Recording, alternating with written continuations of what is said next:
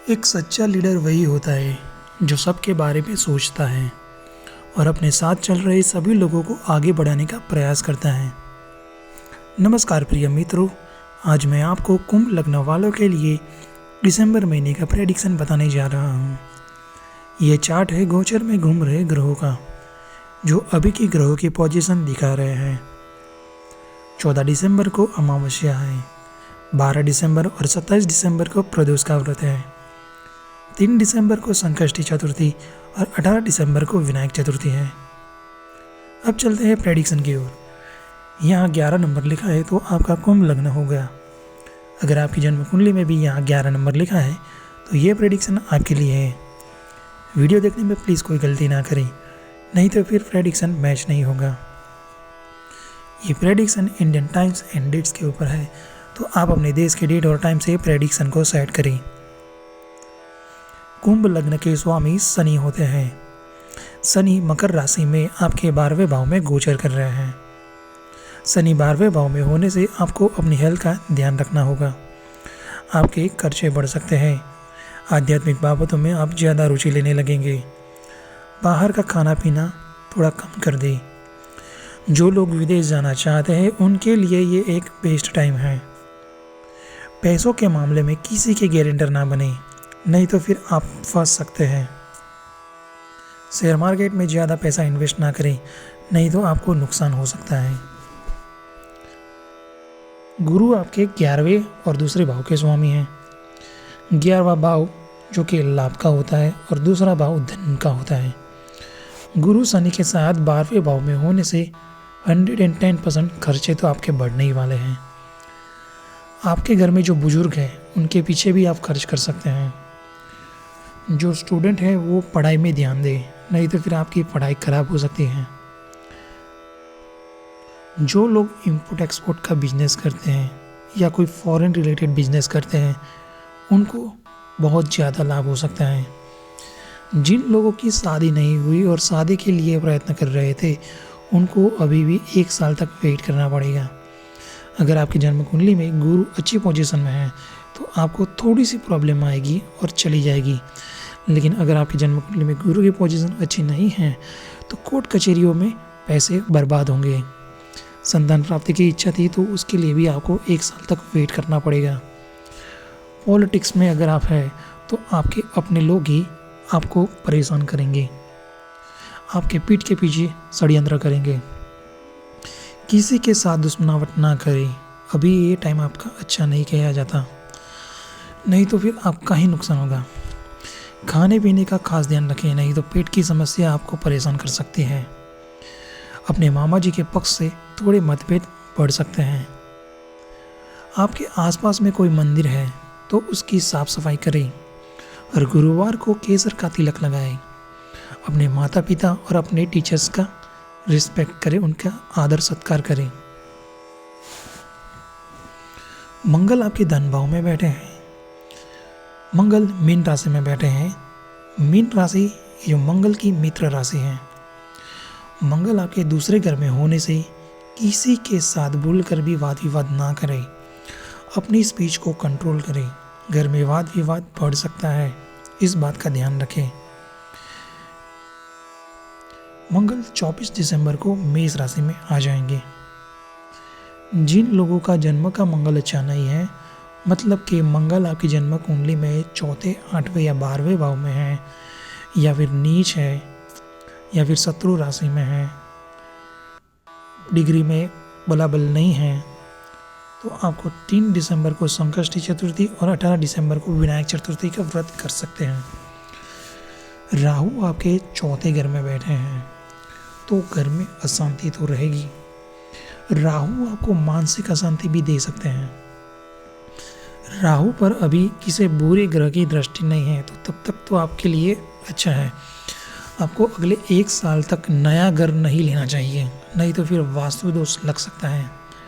अगर नया घर खरीदना ज़रूरी है तो पहले किसी अच्छे एस्ट्रोलॉजर से कंसल्ट करें, उनकी राय जरूर लें। अगर आपकी जन्म कुंडली में राहु खराब हो, मतलब कि राहु 4, 8वें या 12वें घर में हो, तो आपको हर अमावस्या पर विष्णु सहस्त्रनाम के पाठ करने चाहिए। बहते पानी में नारियल को बहाने से भी राहु की बुरी इफेक्ट कम होती है।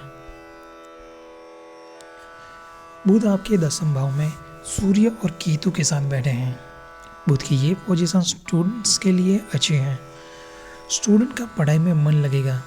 17 तारीख को बुध आपके 11वें भाव में आ जाएंगे। सूर्य आपके 10वें भाव में बैठे हैं। सूर्य 10वें भाव में अच्छा फल देते हैं। आपको नौकरी में सीनियर का साथ मिलेगा। आपको गवर्नमेंट से भी कोई लाभ हो सकता है।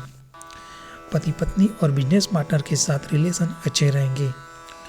बिजनेस को बढ़ाने जा रहे हैं तो ये टाइम आपके लिए सही नहीं है। जो पॉलिटिक्स में है उनको लाभ हो सकता है। आपको अपनी माँ की हेल्थ का ध्यान रखना चाहिए। अपने पिता का सम्मान करें, नहीं तो आपकी प्रॉब्लम बढ़ सकती है। जिनकी नौकरियां चली गई थी उनको भी नौकरी अब मिल सकती है। कोई भी सरकारी काम रुका हुआ था तो वो भी काम अब पूरा हो जाएगा। आपको सूर्योदय के बाद सोना नहीं चाहिए। 15 दिसंबर को सूर्य आपके 11वें भाव में चले जाएंगे, तब भी सूर्य आपको लाभ ही करवाएंगे। 14 दिसंबर को सूर्य ग्रहण है जो इंडिया में दिखने वाला नहीं है। ये ग्रहण शाम को 7:03 पर स्टार्ट होगा। अगर आप इस दिन दान करते हैं तो आपके लिए अच्छा होगा। अगर आप दान नहीं कर सकते तो सूर्य मंत्र ओम जपाकुसुम संकासम काश्यपेयम माद्रुतिम तमोरिम सर्वपापग्नम प्रतोस्मिन दिवाकरम, इस मंत्र का जाप करना चाहिए। सूर्य मंत्र का जाप करने से आपके सारे प्रॉब्लमों से मुक्ति मिल सकती है। ग्रहण के दौरान मंत्र जाप करने से वो मंत्र जल्दी सिद्ध हो जाते हैं। शुक्र अपनी ही राशि में 9वें भाव में बैठे हैं तो आपको भाग्य का साथ मिलेगा, लेकिन अपने खर्चों पर कंट्रोल करें। धार्मिक कार्यों में खर्च बढ़ सकता है। धार्मिक कार्यों में आप कुछ ज़्यादा ही रुचि लेने लगेंगे। आपके दुश्मन होंगे तो वो भी दूर हो जाएंगे। आपको घी का दिया जलाकर श्री सूक्त का पाठ करना चाहिए। 11 तारीख को शुक्र 10वें भाव में आ जाएंगे। तो अब देखते हैं बैड डेज के बारे में। आप हो या मैं हूँ, महीने में 1-2 दिन तो ऐसे जाते हैं जो हमें तनाव, तकलीफ और परेशानी देते हैं, निराशावादी बना देते हैं। और वो समय होता है जब मन और मस्तिष्क, हमारे माइंड के लॉर्ड चंद्रमा नेगेटिव पोजीशन में आ जाए। जब भी चंद्रमा 6ठे, 8वें या 12वें भाव में आते हैं तो ये हमें तकलीफ देते हैं। जिन लोगों का जन्म का चंद्र अच्छा नहीं है वो लोग 12 दिसंबर को और 27 दिसंबर को प्रदोष का व्रत कर सकते हैं। ये भगवान शिव का व्रत होता है। 4 और 5 दिसंबर, 9 और 10 दिसंबर, 17 और 18 दिसंबर और 31 दिसंबर आपके लिए बैड डेज रहेंगे। तो इस दिन आपको कोई गलत डिसीजन नहीं लेना है। फालतू की झंझट में ना पड़े तो अच्छा है। अपनी स्पीच को कंट्रोल करें, किसी की आत्मा को चोट पहुंचे ऐसा ना बोले। आपके खर्चे भी बढ़ सकते हैं और हेल्थ प्रॉब्लम भी आ सकती हैं। अब जानते हैं गज केसरी योग के बारे में। जब जब गुरु और चंद्र की युति होती है या फिर गुरु और चंद्र एक दूसरे के आमने सामने या फिर 4 स्थान पर होते हैं तब गज केसरी योग बनता है।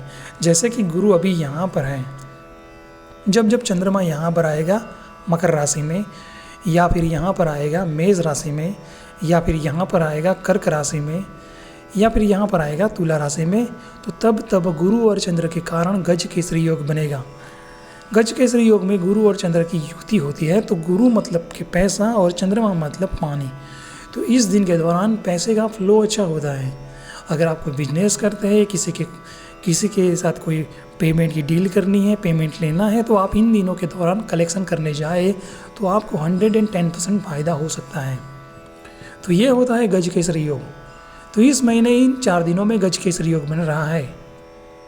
4 दिसंबर, 11 दिसंबर, 17 दिसंबर और 24 दिसंबर। इन 4 दिनों में 4 दिसंबर और 17 दिसंबर को आपको इतना फ़ायदा नहीं होगा, लेकिन बाकी के 2 दिन 11 दिसंबर और 24 दिसंबर को आपको फ़ायदा हो सकता है। बुजुर्गों की सेवा करनी चाहिए, उनके साथ अपना समय बिताइए। गरीबों की मदद करें तो इससे आपको लाभ मिलेगा। 14 दिसंबर को अमावस्या पर पानी में कुछ काले तिल डालकर पीपल के वृक्ष को अर्पित करें तो इससे भी आपको फ़ायदा होगा। तो ये था कुंभ लगने वालों के लिए दिसंबर महीने का प्रेडिक्शन। ऐसी और भी जानकारी के लिए देखते रहे हमारे चैनल। धन्यवाद।